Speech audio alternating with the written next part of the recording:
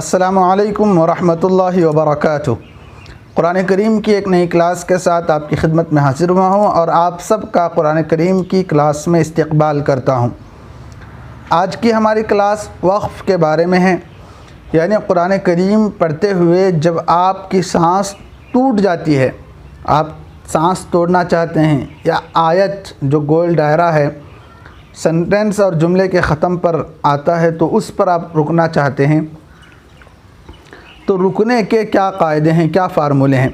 अगर आपने last class नहीं देखी है तो ज़रूर लास्ट क्लास देखें, क्योंकि आज की क्लास का लास्ट क्लास से बहुत गहरा ताल्लुक़ है। क्योंकि लास्ट क्लास में आपको तख्ती भी पढ़ा दी गई है, तख्ती बताई भी गई है। ख़ुलासे के तौर पर बताता हूँ, देखें कि अगर सांस तोड़ना है तिलावत के दरमियान या आयत पर रुकना है तो रुकने को वक्फ़ कहते हैं। तो वक्फ़ का क़ायदा यह है, पहला क़ायदा है, अगर आप ज़बर पर रुक रहे हैं, ज़ेर पे रुक रहे हैं, पेश पे रुक रहे हैं, दो ज़ेर पे रुक रहे हैं या दो पेश पे रुक रहे हैं, तो उस सूरत में जज़म देना पड़ेगा। ज़बर को हटाना पड़ेगा, ज़ेर को हटाना पड़ेगा, पेश को हटाना पड़ेगा, दो ज़ेर दो पेश को हटाकर उस हरफ पर जो आखिरी हरफ है जज़म देकर सांस तोड़ना पड़ेगा। एक क़ायदा। दूसरा क़ायदा है, अगर आप जहाँ पर सांस तोड़ रहे हैं या आयत आ रही है वहाँ पर दो ज़बर है, तो उस वक़्त हमें क्या करना है, एक ज़बर को हटाएंगे। तो एक ज़बर हट गया तो वो अलिफ मद्दा हो जाएगा, जैसा कि तख्ती में आपको बताया गया। अहदन, हमज़ा ज़बर अ, हा ज़बर ह, अह दाल दो ज़बर दन, अहदन। अब क्या करेंगे, एक ज़बर को हटाएंगे तो दाल अलिफ ज़बर दा हो जाएगा। अहदन नहीं पढ़ेंगे बल्कि अहदा पढ़ेंगे।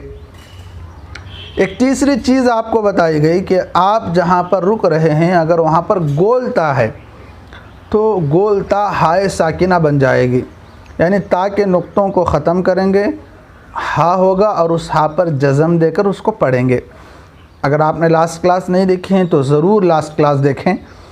अगर फिर भी आपको कोई समझ में नहीं आ रही है बात तो आप कमेंट ज़रूर कीजिए, वीडियो को लाइक भी किया कीजिए, ताकि हमें पता चले कि आप पढ़ रहे हैं, क्लास सुन रहे हैं और आपकी समझ में क्लास आ रही है।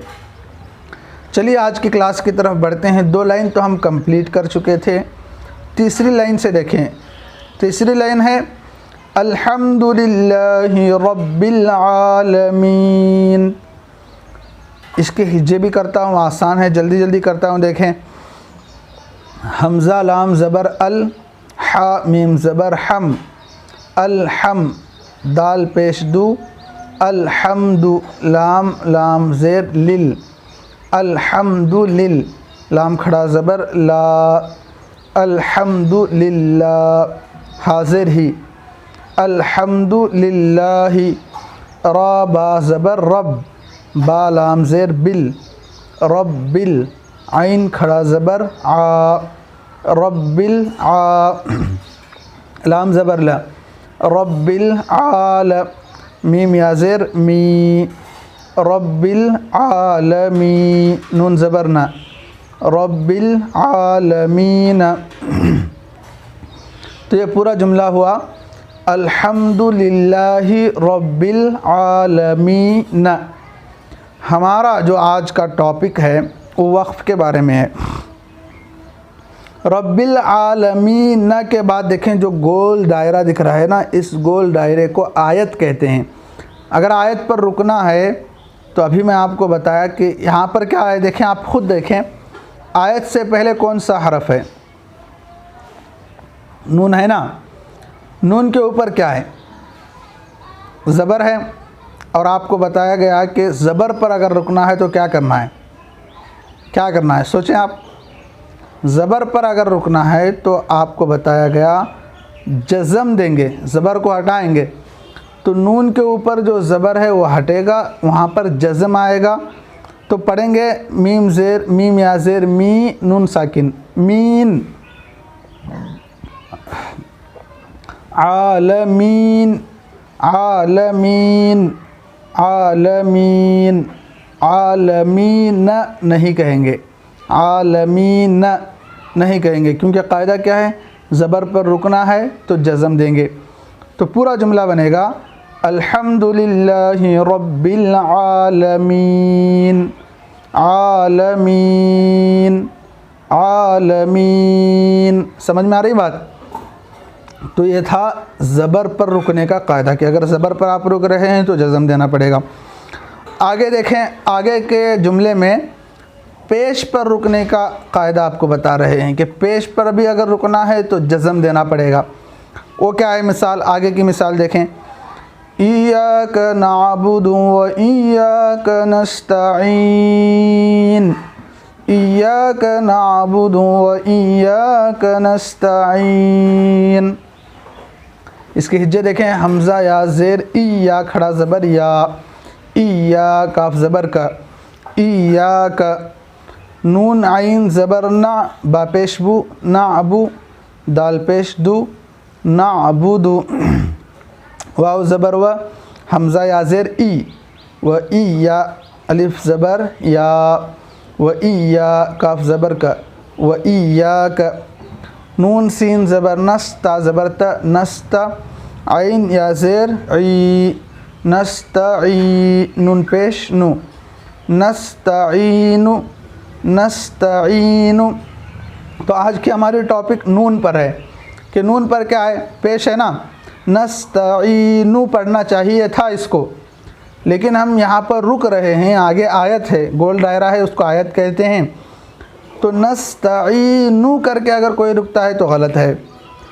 आपको बताया गया कि क्या करना है, पेश पर अगर रुकना है तो क्या करना है भाई, पेश पर अगर रुकना है तो पेश को हटाकर जज़म देंगे। तो क्या होगा, नस्तईन, ता ज़बर ता, आइन या ज़ेर ई, नस्तई, नून साकिन, नस्तईन, नस्तईन, नस्तईन, इय्याक नअबुदु व इय्याक नस्तईन। समझ में आ गई बात?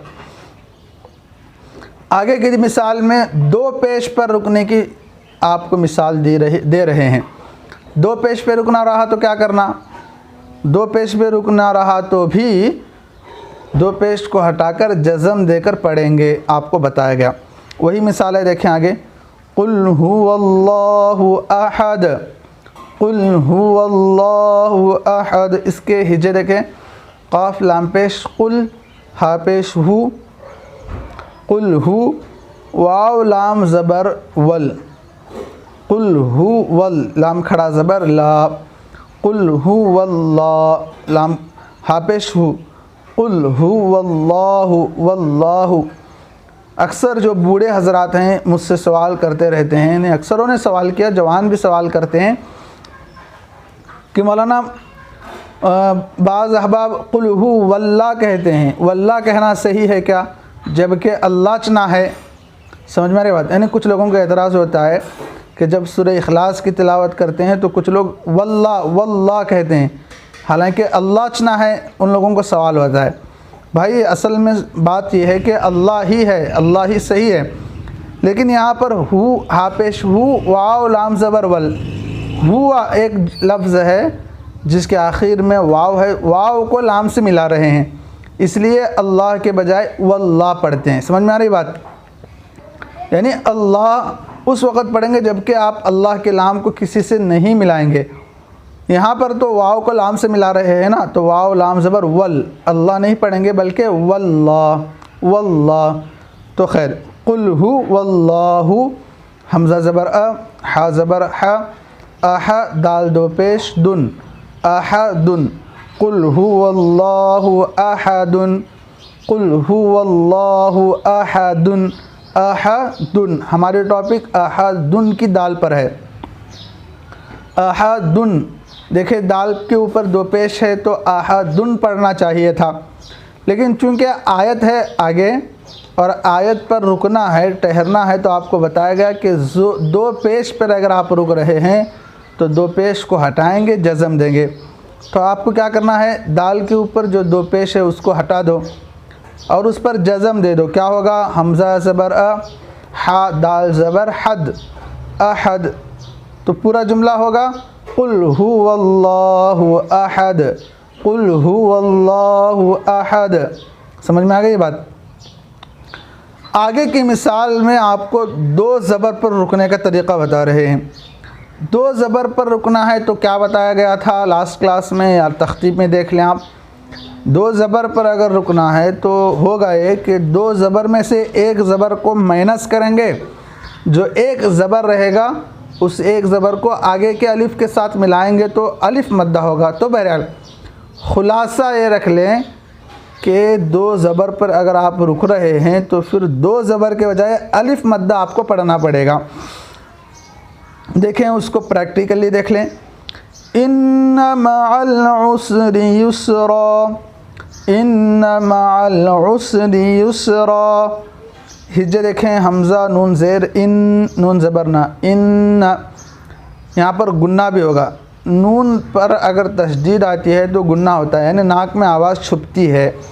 इन इन इन, मीम ज़बर मा, इन आइन लाम ज़बर अल, इन मअल आइन सीन पेश उस, इन मअल उस राज़ेर री, इन मअल उसरी यासिन पेश युस, इन मअल उसरी युस रा दो ज़बर रन, इन मअल उसरी युसरन, इन मअल उसरी युसरन।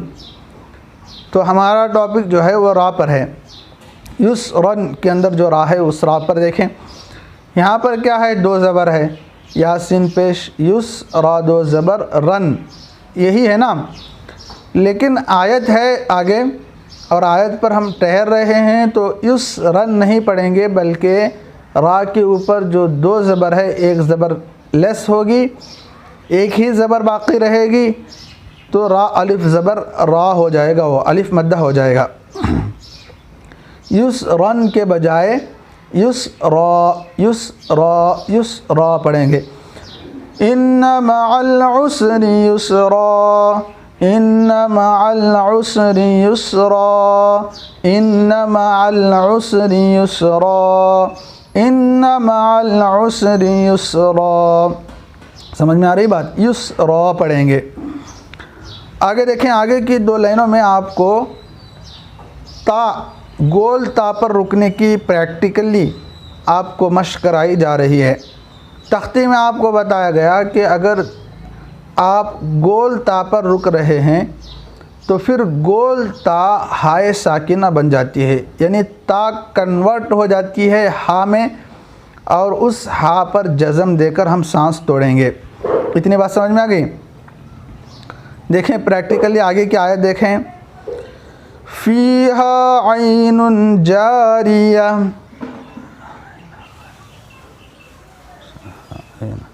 फ़ीहा ऐनुन जारिया, फ़ा या ज़ेर फ़ी, हा अलिफ ज़बर हा, फ़ीहा,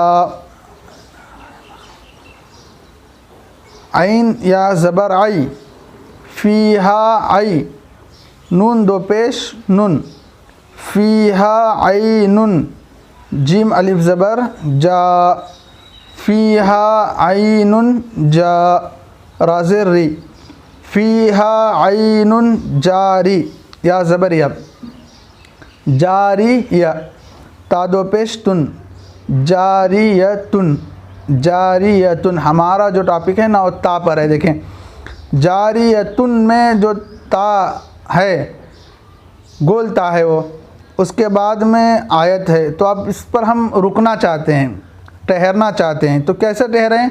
जारियतुन करके अगर कोई ठहरेगा तो गलत होगा। ठहरने का फार्मूला और कायदा यह है कि गोल ता कन्वर्ट होगी हा में, यानी जारियतुन नहीं पढ़ेंगे, बल्कि ता को हा में कन्वर्ट करके उस पर एक जज़म दे देंगे, तो होगा ये या हा ज़बर यह, जारियतुन के बजाय जारियह, जारियह, फ़ीहा ऐनुन जारियह, जारियह। समझ में आ रही बात। आगे की मिसाल भी वही है कि गोल ता पर अगर रुक रहे हैं तो हाय साकिना में कन्वर्ट हो जाएगी। साकिना किसे कहते हैं? जिस पर भी जज़म हो, जिस हरफ पर भी, उस हरफ को साकिन कहते हैं। अगर हा पर जज़म आ रहा है तो फिर वो हाय साकिना हो जाएगी। देखें, तुस्क़ा मिन आइनिन आनियह, तुस्क़ा मिन आइनिन आनियह। इसके हिज्जे देखें, तासीन पेश, तुस क़ाफ़ खड़ा ज़बर क़ा, तुस्क़ा, मीम नून ज़ेर मिन, तुस्क़ा मिन, आइन या ज़बर आई, तुस्क़ा मिन आई, नून दो ज़ेर निन, तुस्क़ा मिन आइनिन, हमज़ा खड़ा ज़बर आ, नून ज़ेर ने, आनी या ज़बर या, आनिया ता दो ज़ेर तिन, आनियतिन, आनियतिन। तो यहाँ पर भी देखें, आपको जो समझाया गया वही है कि गोल दायरा है, इसको आयत कहते हैं। और आयत पर अगर रुकना है और तो आखिरी हर्फ गोलता है तो वो क्या हो जाएगी भाई? सोचें आप खुद, यानी मैं जब पढ़ा रहा हूँ ना, तो दीवानों की तरह ऐसे ही मत सुना करें, आप खुद भी सोचा करें। मैं बताऊँ कि आप क्या हो रहा है तो आप खुद ही जवाब भी दे लिया करें कि ये हाय साकिना बन जाएगी, गोलता कन्वर्ट हो जाएगी हाय साकिना में। आनियतिन, आनियतिन के बजाय आनियह पढ़ेंगे तो हिज्जे होंगे या हा ज़बर यह, आनियह, आनियह, आनियह। समझ में आ गई बात? लास्ट जो मिसाल है वो भी गोलता पर वक्फ़ करने की है, गोलता पर रुकने की है।